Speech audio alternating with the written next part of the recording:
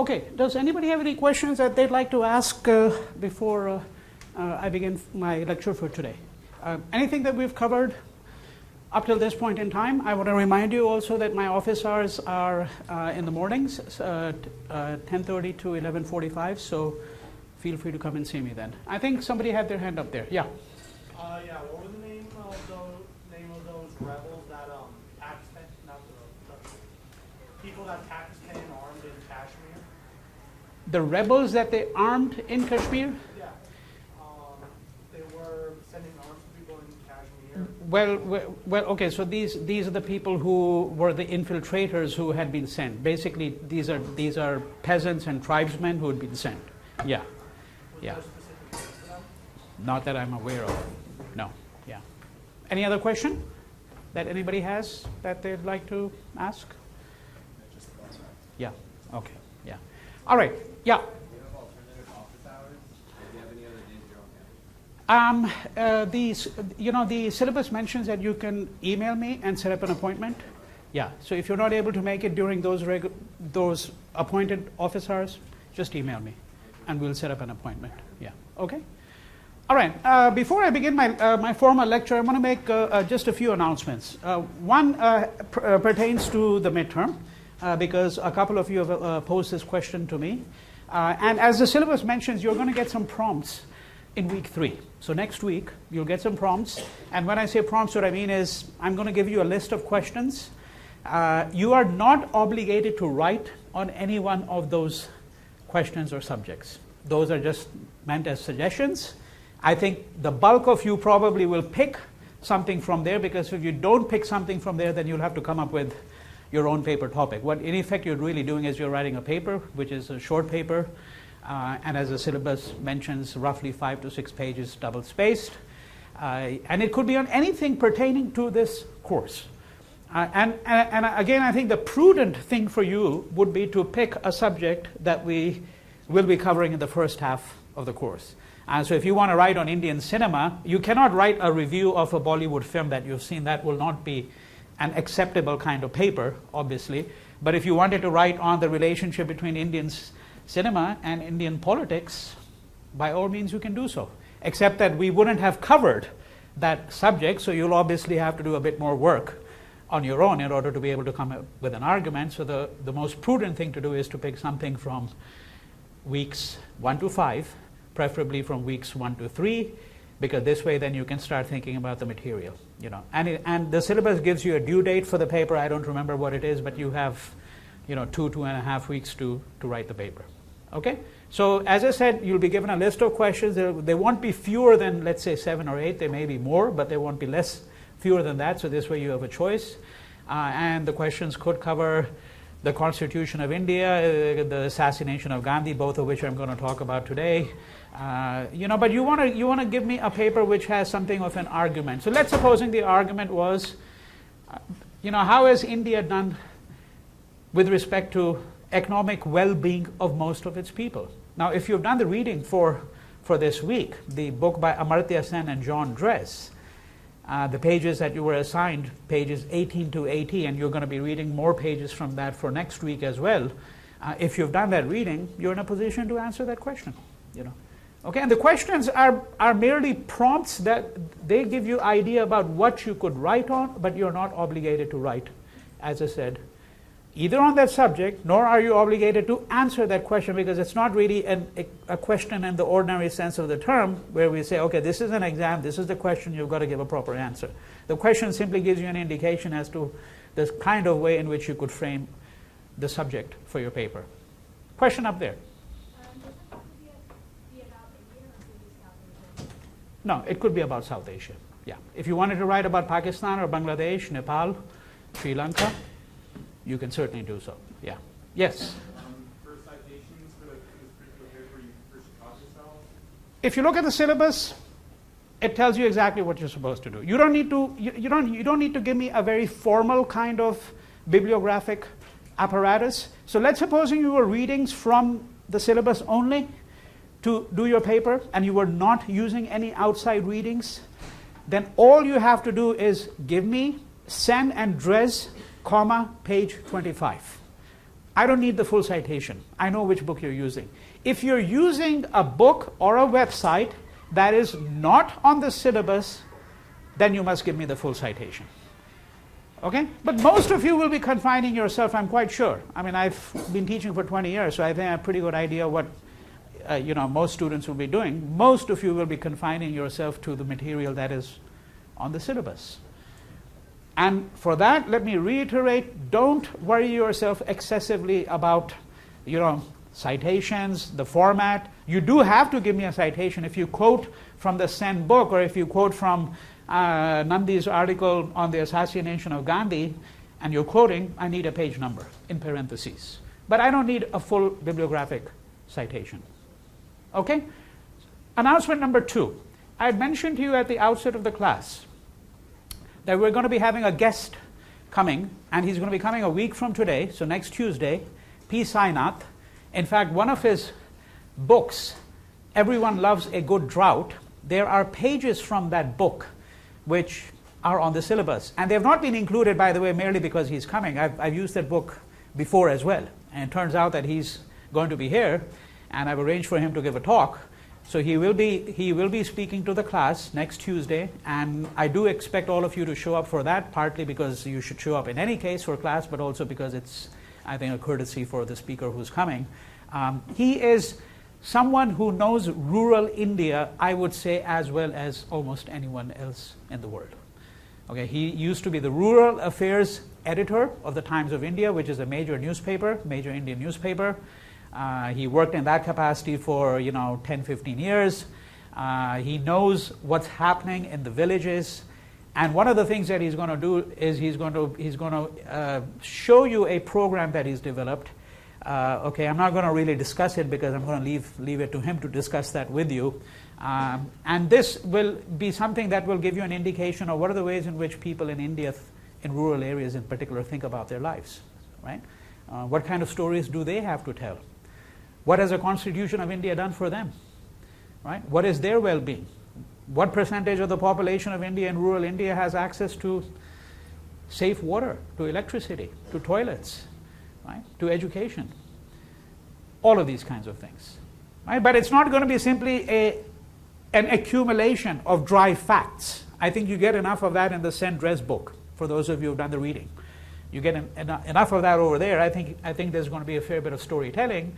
And one of the things I'm going to want you to think about is a relationship between social science, and history is a part of the social sciences, of course, the relationship between social sciences, that is economic thinking, political thinking, and storytelling.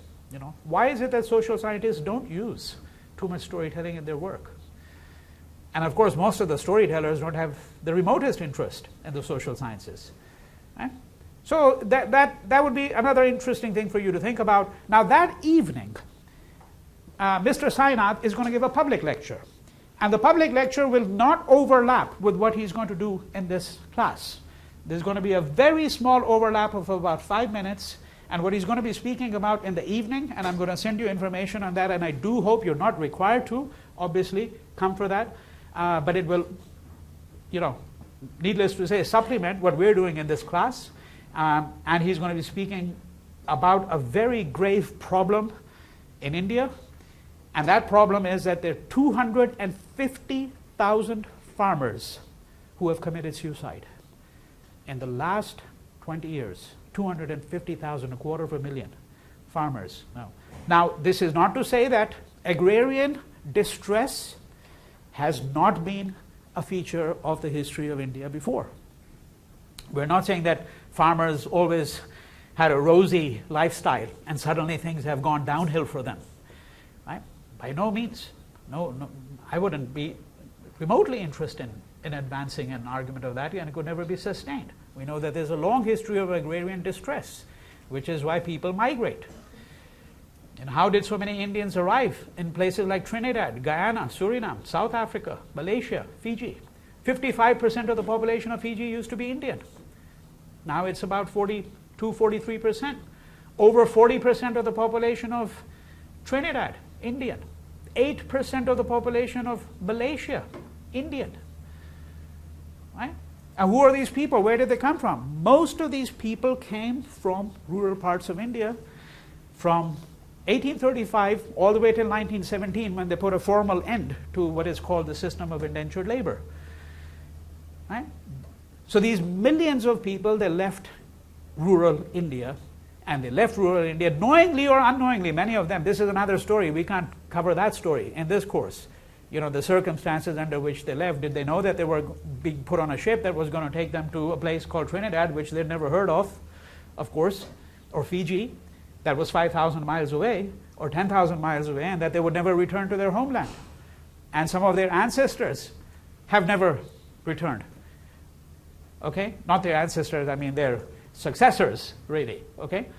Their children and their grandchildren, for 4 generations, they haven't gone back. You know, I was in Fiji about 10, 15 years ago, and my taxi driver on my way back to the airport was an Indian, a person of Indian origin. I started talking to him. His father had come to Fiji 80 years ago. And so we had a little conversation in Bhojpuri. Bhojpuri is a dialect, if I may put it this way, not the best way to describe it, but a dialect of Hindi. And so he says to me, you know, he started talking to me and asking me where I was from, and I told him I'm from India. And then he says, "Oh, you must be doing farming." Okay? And I said, no, I don't do any farming. You know, I don't do any farming at all. Now, the reason he thought is because, of course, the only Indians he'd ever known, really, and this goes back to his grandfather and his great-grandfather, they all came from farming communities. Right? So, what is the point there? The point is there's been a tendency for outward migration when you have distress. That's the history of the United States, right? For those of you who know the history of immigration to the United States, I mean, most of the people who come because there's economic hardship somewhere else, and you think you can improve your prospects in life when you come to the US, or Australia, or New Zealand. These are all settler colonies. So there's been a long history of agrarian unrest and distress in India, but nothing comparable to what we have today. I mean, 250,000 people committing suicide, and I don't know how many of you know how they commit suicide. Many of them, for example, will drink pesticide, the same pesticide that they might be using for their crops, and they'll just drink pesticide. And you know, when the man commits suicide, he leaves behind a widow, possibly 3, 4 children, sunk in debt, and the debt cycle continues on and on for generations. Because you've got a money lender, you might have taken money from interest from a money lender, and the money lender charges you 24% interest per annum, much more than a commercial bank would, right? And you're unable to meet that, and your debt obligation, and that might be one reason why you're committing suicide. I'm simplifying it here. We'd have to, and what Sainath will do, of course, is he'll give you a full-blown account, which I can give you as well. He can give it to you from the field because he knows it from the field as well. I know it from the literature. You know, all right? But we're simplifying the picture here, but we're saying that it has consequences. When people think about 250,000 farmers who've committed suicide, how many of us are thinking about the people they leave behind? Right? The widows they leave behind, the children that they leave behind, the fact that these people will now be sunk in debt, and when you get sunk in debt, then you become an indentured laborer, you're living virtually in slavery. That's a modern day form of slavery. So that's what his subject is going to be, and that's going to be Tuesday evening, 6:30 in Franz Hall, and I'll send you a little note about that, okay? Either sometime this evening or sometime tomorrow. And I will, of course, remind you about that on Tuesday as well in class. And finally, I want to say to you that, you know, for those of you who don't have, I mean, I've tried to give you the backdrop to 1947. Right? I think I've given you sufficient backdrop so that you are in the position to understand some of the major, at least political issues, some of the economic issues. But if you're looking for a longer backdrop, then once again, something I'd mentioned at the outset of the class, you can go to some of the lectures that I have, which are all up on YouTube. I also maintain a blog, and I have an academic website, and you get plenty of information from all of these sources if you're even remotely interested. All right? Now, in my concluding remarks to you on Thursday, I had been talking to you about the partition, of course, I've been talking about the transfer of population. The last slide, one of the last slides that we'd seen was about the transfer of population, 15 million people. And I mentioned to you that this is the most concentrated migration that we know of in human history over a very short period of time. This is the slide that we'd seen, and I'd been discussing to you the circumstances under which the lines were drawn between India and Pakistan. What became East Pakistan in 1947, this was in turn going to become an independent country in 1971. That part of the story is something we'll get to in the middle of the course, somewhere around week 5 or week 6. It is also useful to think immediately about one other problem, which was going to be something that was going to lead to the bifurcation of Pakistan itself, that where East Pakistan would decide that it was now going to actually gravitate towards becoming an independent country. And that element which is useful to think about is the following, that what was common to people in West Pakistan and East Pakistan was what? Religion, right? The fact that they were all Muslims. But is that enough grounds to constitute a nation? And what 1971 showed was that it wasn't. So remember that the whole rationale, the whole logic of the partition was driven by this idea of the two-nation theory, that the Muslims and the Hindus constitute two separate nations, and frankly, there's really nothing that brings them together at all. Or certainly, what brings them together is not sufficient to prevent the tendency to constitute themselves as a distinct people with a distinct history. And what 1971 was going to show was that, well, in fact, this is not enough of a reason now, because in East Pakistan, the vast majority of the speakers, I mean, almost without exception, they were all speakers of Bengali. In West Pakistan, they were speakers of Punjabi, Urdu. And if you go further west into Pakistan, then languages such as Sindhi, right? Enormous difference. Then there were also differences with respect to, for example, what was the cultural milieu in which these people developed in East Pakistan. The Bengali culture, as opposed to the Punjabi culture, the predominant culture of West Pakistan, which was Punjabi, and which I would go so far as to say is still partly the predominant culture of what is called Pakistan. Right? So there were these considerable differences which were obviously going to surface constantly. They were there in 1947. And one of the circumstances under which East Pakistan gravitated towards independence and eventually became the country that is now known as Bangladesh, right, since 1971, since late 1971, that one of the circumstances under which this happened was that if you're going to have one country which two halves like these, right, well, how are you going to govern it? Now we have a practical question of governance. Right? So far we've been speaking about religion, culture, linguistic differences, so forth and so on. But how are you going to govern it? Where is the center going to be? And the center was going to be in West Pakistan. But when you have a structure of that kind, what is going to prevent the people of West Pakistan from, in fact, exercising dominance over the people of East Pakistan, which is exactly what was going to happen, right? Without getting into the specificities of, for example, the economic divide, right? Where is the revenue really coming from, right? To what extent is East Pakistan contributing the revenue? Is it getting, if it's contributing, let's take a random figure, let's say it's contributing 30% of the revenue to Pakistan. Is it also getting back 30% of the state's resources, right? These are the questions that are going to become paramount later on. Yes?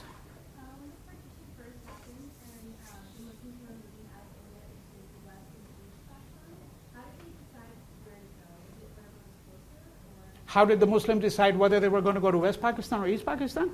Proximity. Proximity. If you happen to be living around here and the border is drawn as it is over here, and you're 20 miles from the border, where are you going to go?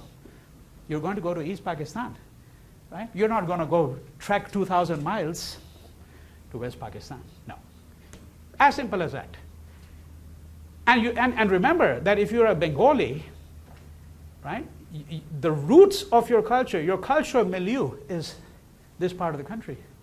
It's not that part of the country, and vice versa. If you happen to be a Muslim and the border is drawn in such a way that you're 5 miles east of the border, that is that now you're in India, right?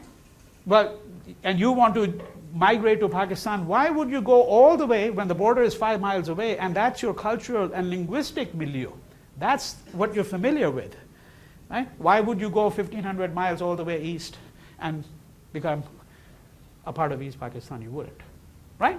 So that was the question that would become more germane if you were somewhere in the middle. And the answer there is very simple.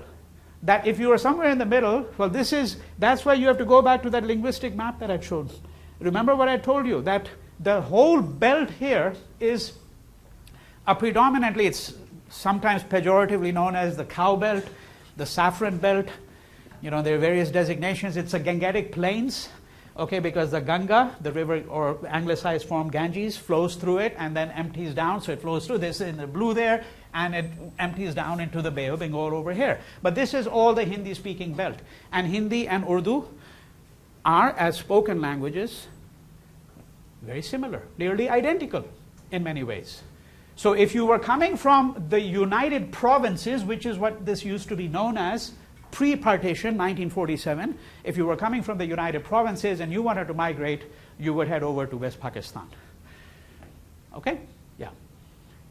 All right, so I'm just alerting you right now to some of the complexities of this.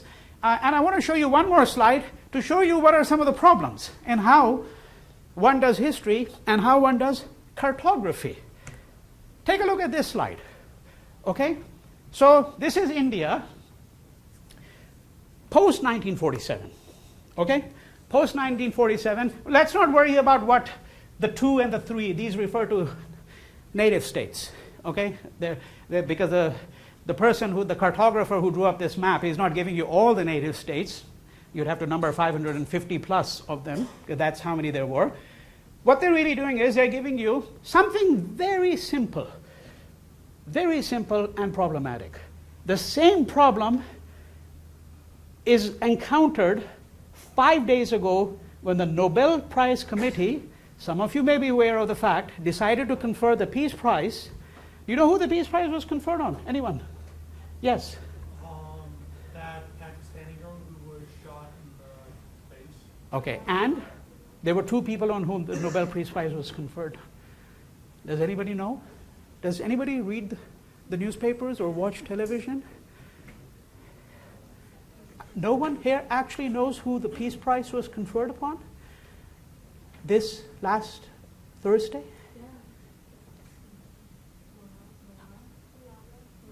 Malala. Yeah, that's the Pakistani girl that the gentleman here just referred to, the student here referred to. Yeah, who's the second winner? Yes. His name escapes me, but Indian presumably who works against child trafficking and child labor. Okay. Okay. So the Nobel Committee, Peace Prize Committee, Swedish committee, decided to confer the Peace Prize jointly on Malala Yousafzai, who is a 17-year-old girl, 17, not 70, okay, 117. By far, of course, the youngest recipient of any Nobel Prize, whether it's peace or physics or, economics, 17 years old. I'm not going to discuss the whole politics of it. I could give you a whole lecture on what I think about conferring the prize on her, okay, right? And who is being instrumentalized for what reason, okay, and why these sentiments prevailed in such a strong way. But the important thing is this: it was conferred on her and jointly on an Indian who's 60 years old, who has worked on the issue of child labor for 3 decades. His name is Satyarthi. Okay? It was conferred jointly on them. Now, when the Nobel Peace Prize Committee conferred the awards, you know what they do? They issue a statement. And they said that we're doing this because it's in the hope of promoting Hindu-Muslim peace. Now, frankly, I find that astonishing. I find it astonishing because here, look at the assumption here, that she is to Islam and Muslim Pakistan what he is to Hindu India.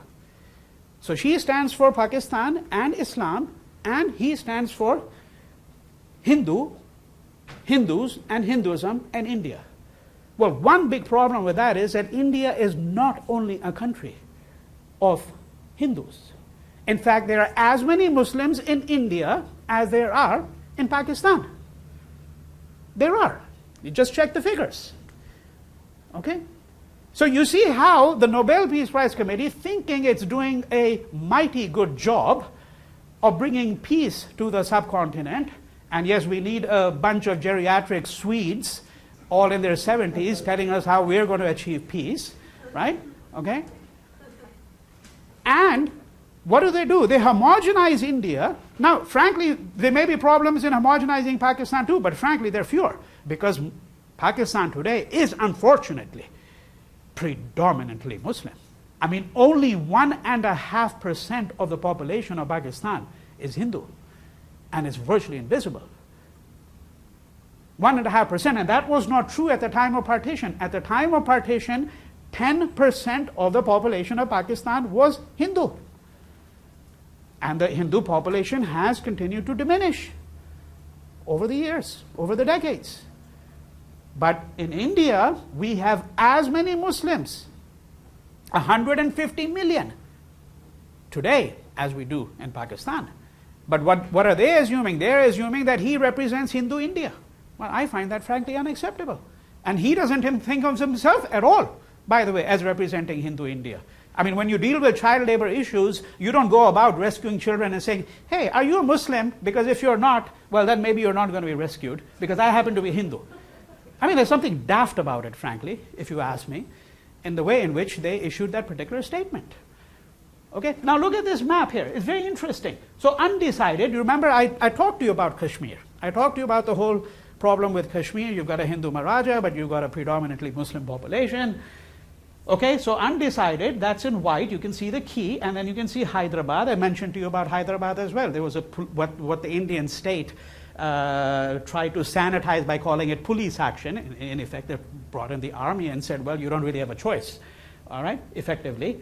And then you see Hindu India. Okay, now Hindu India, well, why isn't Pakistan marked as Muslim Pakistan? I want to know that. Why isn't it marked as Muslim Pakistan? Right? Because again, you see, the assumption here is that India was and is a predominantly Hindu country, and it's going to be identified only with the religion called Hinduism. That's not acceptable. India has more Muslims than every other country in the world, barring Pakistan, and it's virtually equal there, and Indonesia. That's the only other country in the world which has more Muslims. It has more Christians than most Christian nations in the world. Because if you've got 1.25 billion people and 3% or 2% of your population is Christian, you just do the numbers.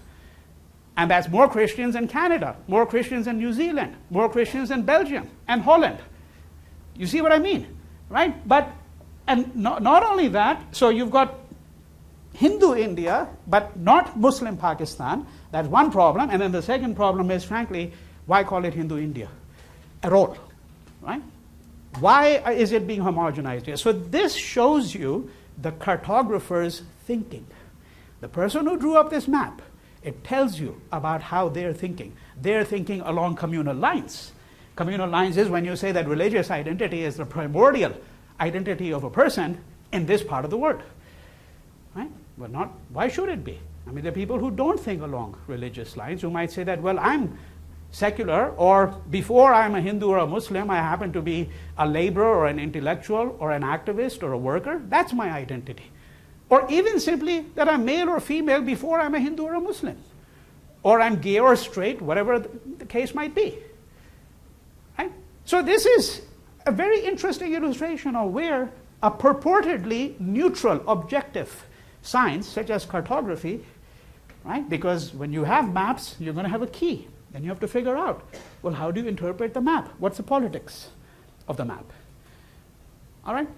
So now, one last thing I want to say about the partition and the partition killings before we move on to the assassination of Gandhi and the months leading to the assassination, and then from there to the Constitution of India. Because what I'm interested in today now is three subjects. One is the assassination of Gandhi. The second is, what do we mean when we speak about a democracy? Right? Because we're going to be speaking about India as a democracy, because when the Constitution is launched, India is a democratic state. Right? And one of the readings you have is by Arundhati Roy. This is one of her earlier works.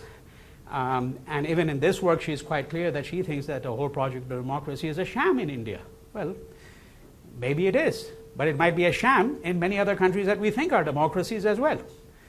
Right? We'd have to first agree upon what we understand by democracy, and more importantly, because we're not going to be able to agree upon what we understand by democracy. It's always difficult to agree upon what things should be.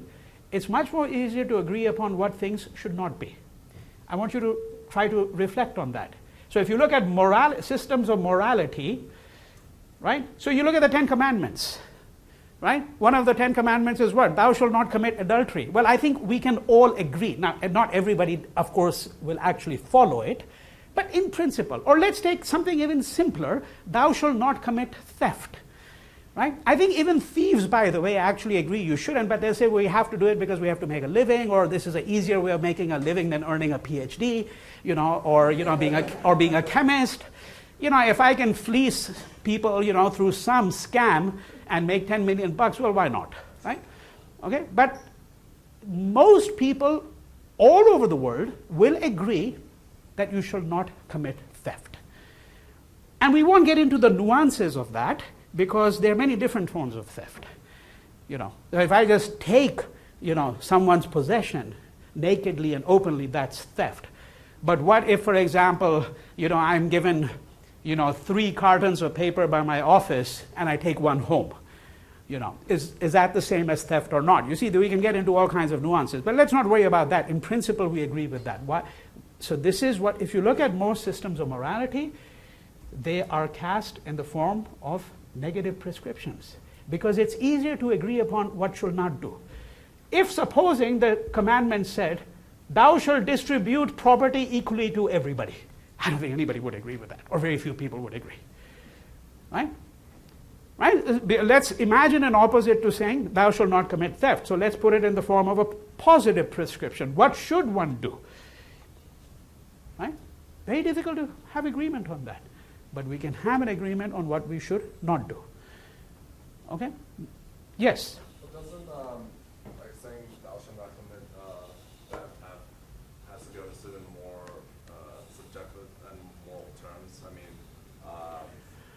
if let's say in Nazi Germany, if they tell a French person, you shall not harbor Jews, but you do it anyway, is it more subjective to every single circumstance rather than just a more universal law? Yeah, look, in principle, I agree with you that there is a subjective element, of course, okay? And similarly, that we are speaking about a moralistic system, okay? Right? Because all religions rely upon that to some degree. I'm making a very simple point here. The simple point that I'm making here is that we're going to have to try to understand, when we look at the Constitution, for example, of India, okay? We're going to have to try to understand what are the ways in which we might do some kind of interpretive work, all right? Some kind of interpretive work around the Constitution, and more particularly, apropos my previous comment, what we mean when we say a democracy. What is a democracy, right? So we know what it is not. It is not a system of naked authoritarianism. If somebody came to you and put a gun at your head, okay, and said, you better vote for Obama, okay? But clearly we know that that's not democratic. We know that, isn't it? Right? But if you said, well, we also know what democracy is, it's a system of free elections. Well, frankly, I don't know what that means, right? Because if you've got, $50 million that is being put into an election, is it free anymore? I'm not so certain about that. I'm not so certain about that, because you are able to influence the vote, right? I mean, that's the problem. Of course, nowadays, in effect, you're buying seats. I mean, you know, it's going to cost minimum of $50 million to run for any kind of seat, House of Representatives. And of course, for a presidential system, you're talking about $1 billion or more, right? So this is what I mean. Okay, you try to just get the spirit of it, because we can get into technicalities, but I'm trying to say that there are three subjects we're interested in: Gandhi's assassination, the idea of India as a democracy, some preliminary observations about that, because it's a subject that we're going to be wrestling with for the rest of the quarter, right? And thirdly, the Constitution of India, because the inauguration of India as a republic is going to be followed soon thereafter by the promulgation of the Indian Constitution, which is a unique document. That doesn't mean it's the best document. It's a unique document. It shares a great deal with other constitutions around the world, and yet there are some things that are obviously distinct to it. So we want to try to understand that framework, and then we have to ask ourselves, what has the Constitution done for the people of India? Right? If it gives all of these constitutional rights, right to freedom of expression, right to freedom of religion, right, so forth and so on, right to livelihood, well, if it gives a right to livelihood, and you have something called the directive principles of state policy, which I'm going to speak about later on, right, which even gives an assurance of the right to equality. Well, if you have 60% of the population that is suffering from malnutrition, clearly something has gone wrong there. Something has gone wrong drastically. And we have to ask, what is the Constitution done for most Indians? Not only that, we also have to ask, what is it that laid the groundwork for the Constitution? What is it in the history of India that made possible? Was it colonial rule? Of course not. Colonial rule was exceedingly anti-democratic. It was authoritarian. Colonialism means a system of government without representation for the people. Right? So it was clearly not India's colonial past. Right? Had the British prepared the Indians, so to speak, for the Constitution? Because one of the things that the constitutions did, for example, of India, was it immediately offered, universal franchise. Universal franchise. Didn't matter whether you were rich or poor, male or female, Hindu, Muslim, everyone was entitled to a vote. And you know that in many countries, of course, people had to struggle for the right to vote. I mean, African Americans didn't get the right to vote until the middle part of the 19th century, and effectively they couldn't vote in most parts of the country, which is why, of course, you needed something called the Voting Rights Act, 1965, right? Okay? So we know that the Constitution was, in some aspects, an exceedingly radical document. But before I get to discussing these things, I want to just conclude my discussion from before with one further set of comments about the partition killings. Now, I've spoken to you about, and the partition process as a whole. When I've spoken to you about the transfer of populations, one of the things that we don't think about often is, okay, so 15 million people. Let's assume that that's the correct figure. I mean, it's somewhere between 12 and 15 million. No one has done and cannot do a count. You can only approximate it by looking at some kinds of records, but there are not very many records. Because remember that the partition killings are very different than the Holocaust killings. Okay? These are two different kinds of violence altogether.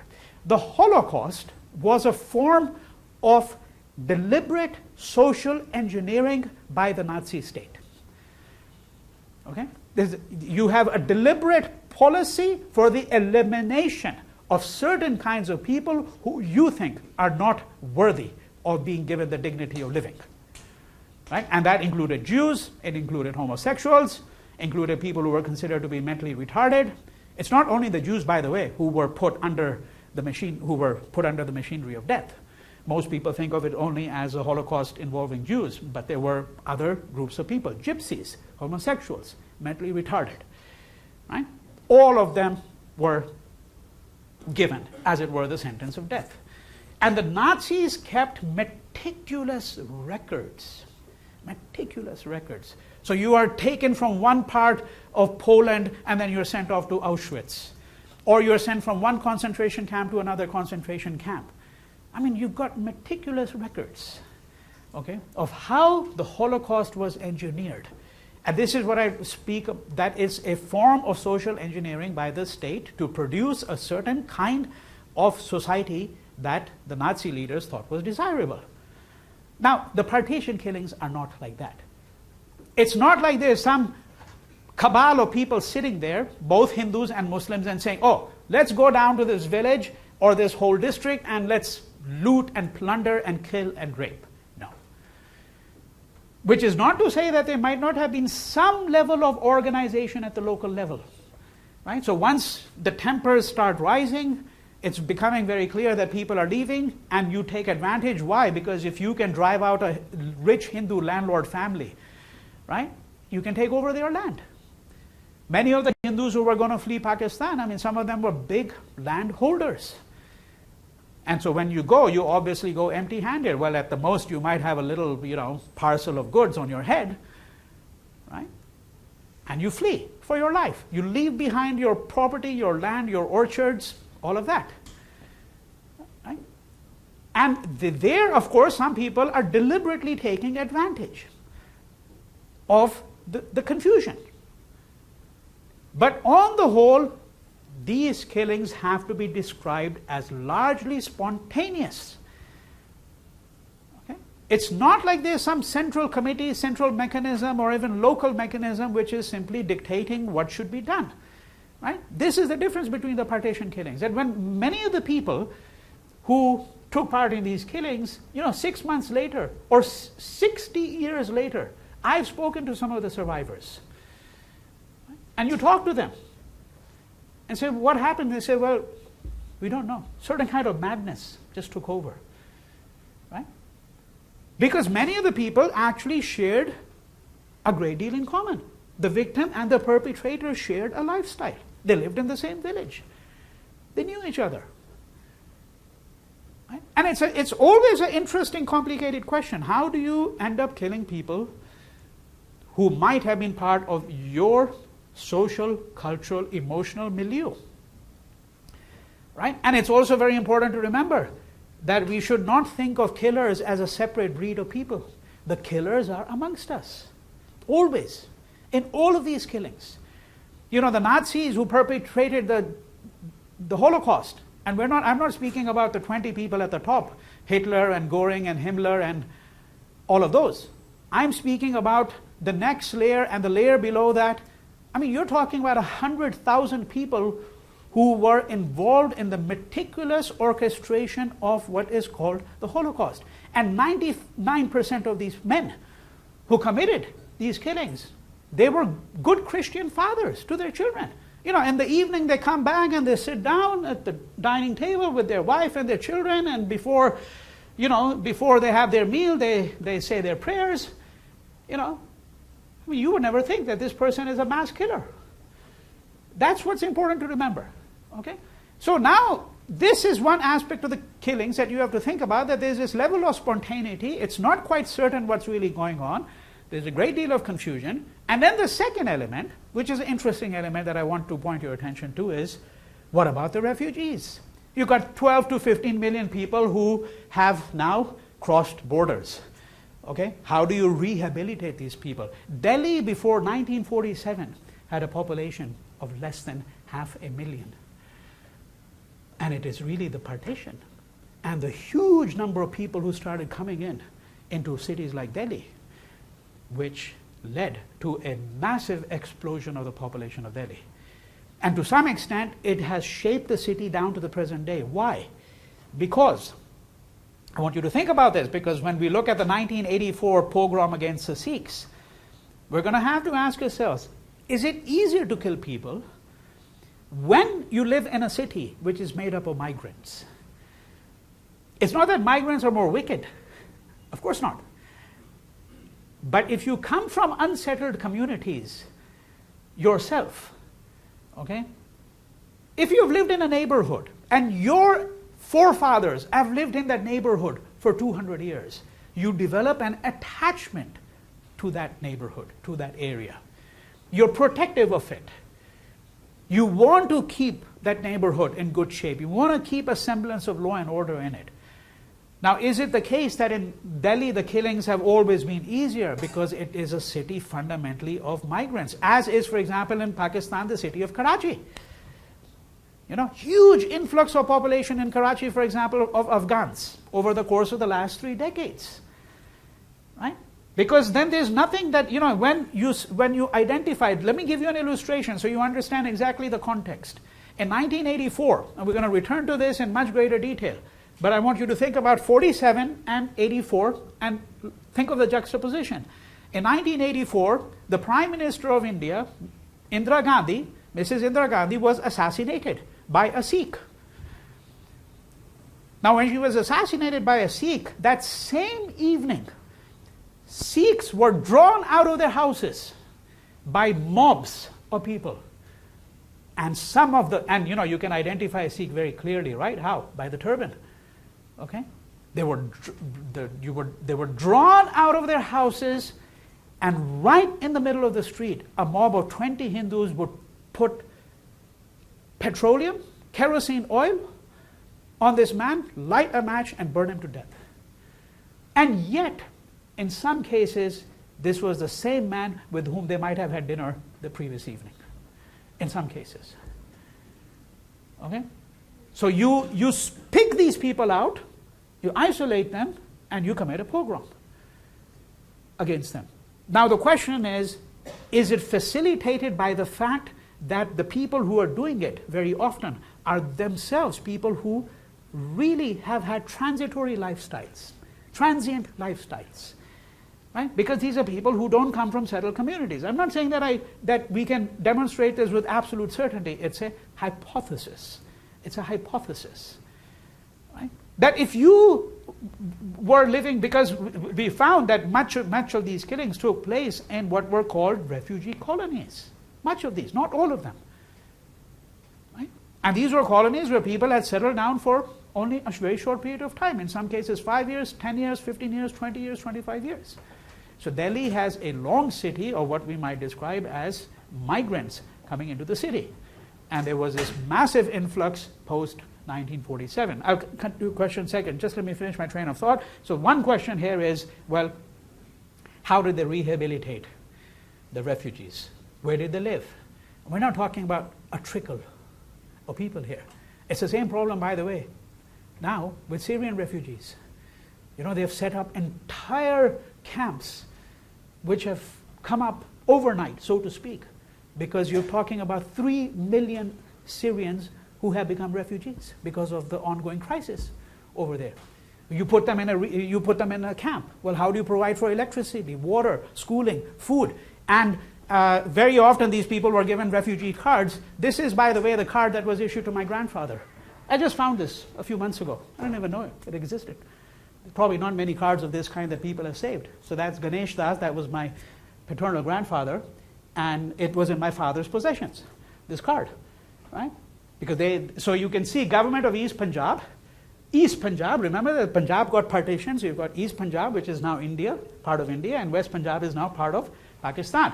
Department of Rehabilitation, right? Yeah, rehabilitation is an interesting word because usually you think people who are rehabilitated, people who have suffered trauma, and this was trauma. I mean, if you're leaving your lands, your house, your family, your friends, right? Fleeing for your life, not quite sure whether you're going to reach your destination.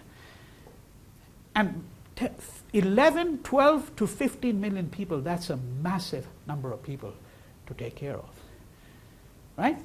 Resettlement card, District Jalandhar, and then it tells you, and then the name of the head of the family, details of family members, 8, 3 men, 4 women, 1 child below 10 years. Okay, and you can see 9th January 1948. In India, as in most parts of the world, you give the day first and then the month, right? So 9th January 1948, right?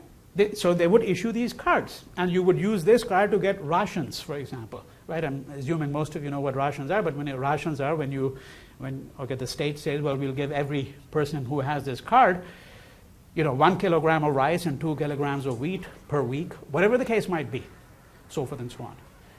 Okay? So this is a very interesting question. And then there's a question about what kind of facilities did you have?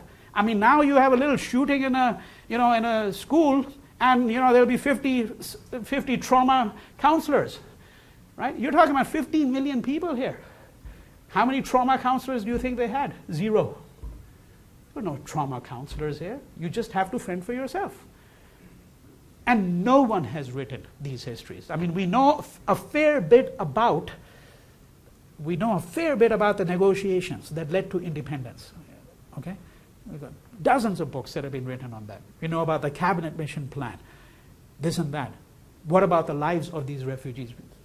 Almost nothing, except anecdotal, that someone may have heard, that I might have heard from my father, for example, so forth and so on. You had a question. I think you kind of answered it, because I was about to ask if anyone had tried to research or address if these refugees had gone through PTSD, basically, because that's what you're saying. There's virtually no research. I mean, there's 1 or 2 scattered books on the subjects, very primitive books, frankly. Okay, virtually no work has been done. And there's an interesting problem which I'm going to take up in week 8 when we look at cinema, and that is why the subject of partition itself. I'm not talking just about the refugees, I'm talking about the whole partition, was never addressed in either India or Pakistan until quite recently. Now you've got about 100, 200 books that have come out in the last 10, 15 years. Okay, 20 or 30 of them fairly decent. A couple of them that are really good, all in the last 20 years. In comparison with the Holocaust, where this room would not be enough to fill up, okay, the literature we have on the Holocaust. It runs into thousands of volumes. Very little work was done on the partition. We're going to have to ask ourselves, why? And could it be that we have another way of dealing with this, which we haven't even thought about? Why does every second Hindi film of the 1950s and 60s and 70s, every second film, have a broken family, a disruptive family? The father disappears, the mother disappears, the father doesn't have a leg, the mother doesn't have an arm, if I may put it this way, okay? All broken families. Is this the way we worked out the idea of partition? Through our popular cinema, right? Thing to think about. But we'll take it up when we look at cinema much later on. Okay, so effectively I've given you a bit of a rundown on, what is the partition, what are some of the issues here, the geopolitical issues, India, Pakistan, Kashmir. Then we have issues which have to do with everyday life. What did the refugees do? How did they get rehabilitated? Right? Any questions about that before I move on to the assassination of Gandhi? All right, so now, when partition took place, the person who was, in my view, unquestionably the chief architect of Indian independence, that's Mohandas Gandhi. Gandhi was not part of the government of India. When the government of India came in, was appointed, when they appointed the prime minister, so Jawaharlal Nehru becomes the first prime minister of independent India. Muhammad Ali Jinnah becomes the head of state in Pakistan, in neighboring Pakistan. East Pakistan was, of course, part of Pakistan, so they had only one head of state there. And Nehru will have a cabinet. So you have a cabinet, as you do with systems of government of that kind.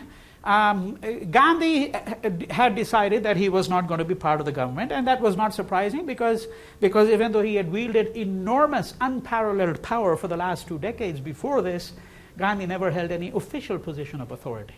Okay? Now, on 30th January 1948, Gandhi is going to be assassinated. And we want to understand a little bit about the assassination, because again, it's going to set into motion a number of issues that I think are quite critical for us.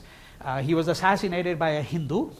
Gandhi himself came from a Hindu family with strong Jaina influences as well. So Jainism is another religion that you find in India. I mentioned it to you that this is one of the religions that has grown up on the Indian soil. It has a close affinity to Hinduism, but there are some marked differences as well. And the family milieu was such that Jainism was quite important there, but Gandhi came from what is called a Vaishnava Hindu family. The question of Gandhi's religion is quite complicated, because Gandhi believed, for example, that you didn't have to go to a temple at all to be a Hindu. Temple Hinduism is very important. Most everyday practitioners of Hinduism will go to some temple. But Gandhi never visited temples at all. And he was quite certain in his mind that going to temples had absolutely no relationship, at least as far as he was concerned, with being a Hindu. But nonetheless, he was firmly anchored in the Hindu faith. I think we can say that with a degree of certainty. He also said, to complicate it a bit more, that you don't have to believe in God at all, and you can still be a Hindu, right? So we can, if we were to probe his religiosity, I think we would come up with some interesting problems, but that's not our main concern today. The main concern is that in 1948, in January of 1948, before his assassination, we have to understand what was happening. A war has broken out effectively, remember, between Pakistan and India over Kashmir. A war has broken out. Now, there was a division of the assets of undivided India. So when India was divided, there was also a division of the assets. And when I say division of the assets, in some cases I'm talking down to the last desk, right? That if you've got 20 desks, how many of these go over to Pakistan, and how many of them go over to India? But we are talking about also monetary assets. And the government of India decided to hold back the sum of 550 million rupees. Okay, so that's the currency that you have in India. You still have it today, the rupee. Okay? They decided to hold this back because by this time, war had broken out between India and Pakistan, and the Indian government took the view, you might say, a logical common sense view, that if we hand over this portion of the assets of undivided India to Pakistan, which we owe to them, that Pakistan is going to use these assets to further its war ambitions, to further its war machinery. It's going to basically use this money to attack us, to buy more arms. So the government of India decided to withhold the money. Now Mahatma Gandhi decided that he was going to go on a fast unto death. Okay? And some of you may be familiar with the fact that there is a strategy that has been used in the United States as well by a number of radical activists, and that's hunger striking. For example, some of you may be aware of the fact that in some prisons in California, the prisoners resort to hunger striking when they feel that their grievances have not been addressed. Okay? So one of the ways in which you attempt to meet the problem of hunger striking is what? Force feeding. You force feed the person who's hunger striking, or the force feeding is in fact a contravention of the Geneva regulations. Okay? Force feeding is actually strictly forbidden under international law. You shouldn't do that. But in most prison regimes, that's what they do. When a prisoner goes on a fast or a hunger strike, to use the other terminology for it, right? Very often they will. In Guantanamo is where, for example, a number of the people who've been detained there for over 10 years on account of the war on terror, as it's called, right? Many of them have gone on hunger strikes. Now, the person who pioneered the use of the fast in political discourse and political public life is Gandhi. Okay? So in early January 1948, he goes on a fast. Most people thought he'd gone on a fast because he was upset at the government of India's decision to withhold money. Because Gandhi's view, of course, was that we are honor bound to fulfill our obligation to Pakistan. This is their share of the assets. What they do with it, how they use it, we don't have a right over this matter. All right? Whether he was actually going on a fast to protest the government of India's decision to withhold the money or not is a complicated matter. Okay? It's something that I'm not going to address here. I have a very long article called Gandhi's Last Fast, which you can find on one of my websites, and it gets into the details of what was really going on here. The important thing also is to understand that in January of 1948, Delhi was a city that was engulfed by partition violence. So I mentioned to you that Delhi had a population of less than 500,000 before 15th August 1947, and then within a month, within a space of 6 months, you have a huge number of people who start to come into Delhi. Okay? And population is going to just start mushrooming. And you're going to have people who are going to take advantage of the situation. There are Muslims living in Delhi who had decided not to leave. And some people forcibly drove them out of their homes. Said, why don't you go to Pakistan? Pakistan's been created for you. Right? So you have situations of this kind. And this is not unique to India. This is the same thing is obviously happening in Pakistan. But we're interested right now in what's happening in Delhi. And what Gandhi sees is a culture of violence, which of course is completely inimical, okay, to what he thinks is the possibilities of peace. And it's completely anathema to him because, of course, Gandhi has been the foremost champion of the idea of non-violence over the course of the last 5 decades of his life. Right? I mean, if there's anything he's known for, even down to the present day, it's as a person who's been the chief architect of the idea of non-violence in our times. So Gandhi goes on a fast unto death, and the fast unto death means that I am not going to eat or drink until peace is restored to the city of Delhi. Okay? The fast is going to last for 4 days. He's going to break the fast because he's given an assurance by all the warring factions. So you've got all of these hooligans with their arms, who in fact, we've got detailed sort of accounts of this. They're going to come before Gandhi. They're going to lay down their guns and their knives and axes, and they're going to lay them down and going to say, okay, Mahatma Ji, we agree. We agreed not to commit violence. Please break your fast. Okay? I'm giving it to you in the short form. Now Gandhi is going to break his fast, and you have a group of people who, for various reasons, are extremely unhappy. Let me use this very modest word, unhappy, extremely unhappy with Gandhi. Okay? And this article that you're reading on the assassination, the politics of the assassination of Gandhi, okay, that's what the article is about. It's about the politics of the assassination. So was Gandhi merely assassinated because the Hindu who assassinated him thought that Gandhi, as a Hindu, had betrayed his own people, that he was too friendly to the Muslims? And you know that when Gandhi was alive, in the last few weeks and months of his life, one of the taunts that he could hear constantly, because Gandhi is known as the father of the nation in India, right? October 2nd is one of the 3 mandatory holidays in the country. There are only 3 absolutely mandatory holidays in the whole calendar. One is the birthday of Gandhi, October 2nd. One is Independence Day, 15th August 1947. And one is what is called Republic Day, which is a day when the Constitution of India was going to be launched. And that's January 26th. These are the 3 mandatory federal holidays in India. Okay? Now, so Gandhi is known as the father of the nation, but one of the taunts he heard in the last few weeks, months of his life was, you're the father of Pakistan. You created Pakistan, some of his critics would mention. Right? You caved in. Why did you not go on a fast, Gandhi was asked, to prevent the partition of India? So forth and so on. And he was viewed as being excessively friendly to the Muslims. Right? So, for example, this whole idea of this 550 million rupees, the critics would say, well, we can't hand over this money to Pakistan because effectively they're going to use this money against us. Right?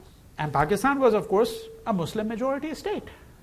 Right? So you can see that this was, of course, the grounds on which most people thought he had been assassinated. That his assassin, a man by the name of Nathuram Godse, could not stomach the idea that this man was now, in fact, actually supporting the Muslims, even though he purported to be a Hindu. Right? Nathuram Godse, that's the name of the assassin. And one of the things that Nandi is going to do is he's going to complicate the picture enormously. So one of the ways in which he does is that he first looks at Godse's past. What community does he come from? And of course, Godse came from an upper caste Hindu Brahmin family. He was what is called a Chitpavan Brahmin. Right? The details here are important, but you will find them in Nandi's piece. and he explains what the importance of this is. Gandhi himself came from a middling caste, right? So he comes from a middle caste. He's not a Brahmin. And one of the things that Nandi wants to argue is that Gandhi and the politics that he created completely revolutionized the Indian public sphere. It revolutionized the Indian public sphere because those who had traditionally been important, the traditional elites, and who would the traditional elites be? Upper caste Hindu males. These traditional elites were going to be marginalized by Gandhian style politics.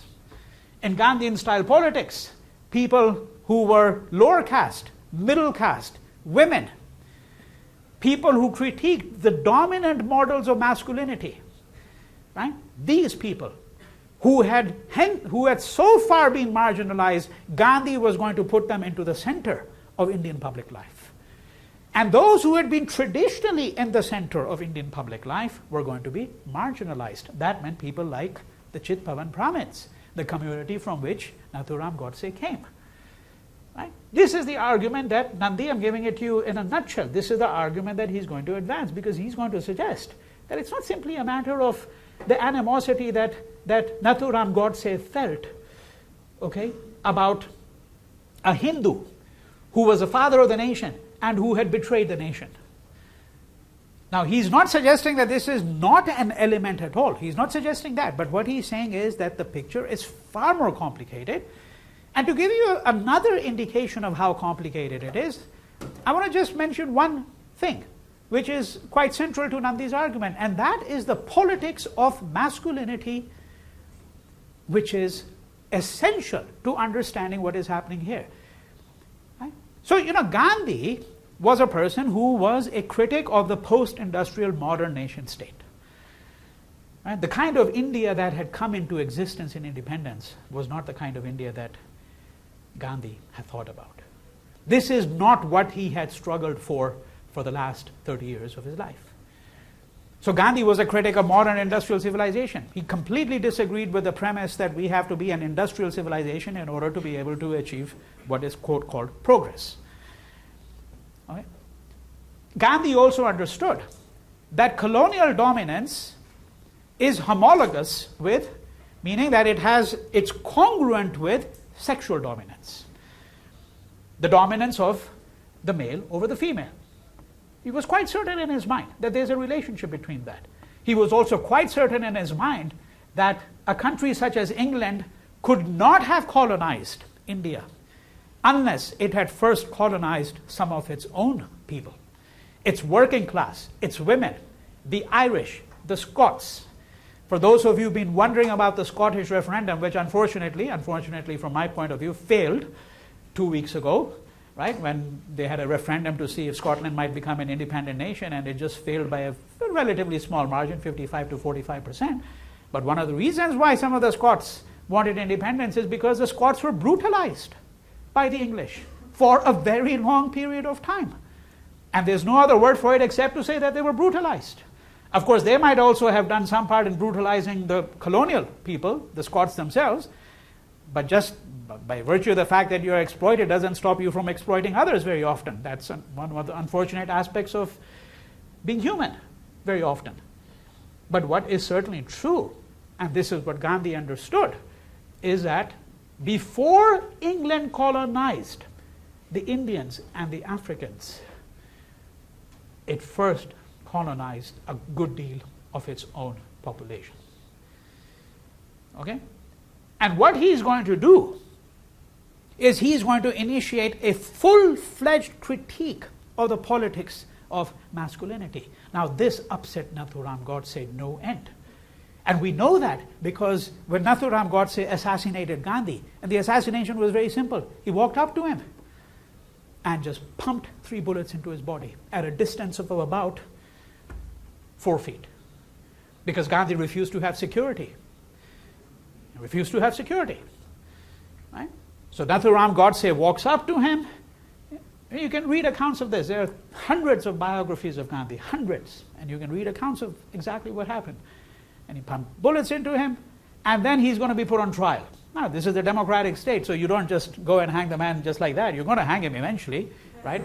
That's what the democratic state does. It first will have a trial. And you know what the outcome is going to be. He's not going to be sent home with a bunch of cookies. Of course he's going to be hanged. No question about it. Right? So Nathuram Godse is going to have a trial. And what does he do? He does exactly what Gandhi had done during the colonial period. He used the courtroom as an opportunity to stage his defense. And his defense, like Gandhi's defense when Gandhi was put on trial in 1922, is a long, protracted defense. The government of India found it incendiary. They immediately banned Godse's speech. Banned. You couldn't access the speech. And one of the things that Godse says is that, look, I had to get rid of Gandhi because we can't really have an effeminate person as a leader, the moral leader of a nation. An effeminate person. Who is an effeminate person? A man who displays excessive qualities and characteristics of a woman. That's an effeminate person. We don't want this weakling who believes in non-violence to head a nation state, because Godse is going to say, in the modern age, the only thing that earns you respect, if I may put it this way, is a nuclear bomb. You've got to be a strong, masculine nation state. We can't have this weakling wearing a dhoti, okay, sort of a big diaper as the British used to call it. We can't have this man in his mid-70s who's the father of the nation guiding us, because we're going to be nowhere in the world. Nobody's going to pay us any respect at all. He doesn't even believe in industrial civilization. And God says that explicitly in his defense. That this is one of the reasons why I had to just pump a few bullets into this body. Right? So this is what Nandi is attempting to do. He's attempting to complicate this, because what it does is it immediately alerts us to the fact that, well, one of the ways in which we have to think about Indian politics, we have to think about who is at the center, who is at the periphery. Okay? What are the traditional elites? What are the non-elites? What place do they have in the public sphere? Okay? What are the legacies of this? One of the things that happened as a consequence of the assassination is that the political interests that were represented by Nathuram Godse, because he had associations with two groups, one called the Hindu Mahasabha, okay, and the other called the RSS, the Rashtriya Swayamsevak Sangh. You don't have to worry about the name right now, because you'll find it in the readings. These two organizations, parties, they represented the idea of a Hindu nation state, of Hindu nationalism. And so one of the consequences of the assassination was that they were banned by the government of India. And of course, you know that when you ban things, then they resurface with a vengeance much later on. And this is precisely what is going to happen much later on, when eventually the ban is going to be lifted. And we know that, of course, in the 1980s, Hindu nationalism is going to come back in full force. Right? So this is essentially the politics of the assassination of Gandhi. I've laid out some of the issues here. Think about the center and the periphery, Hindu-Muslim relations, the politics of masculinity. Okay? Those are some of the things that will stay with us as we move along in this course over the course of the next several weeks. So in my opening lecture on Thursday, I'm going to speak to you about democracy. We're going to have a little discussion. I want you to think about it. Come prepared. What does it mean to be a democracy? How do you define a democracy? Right? And secondly, the Constitution of India.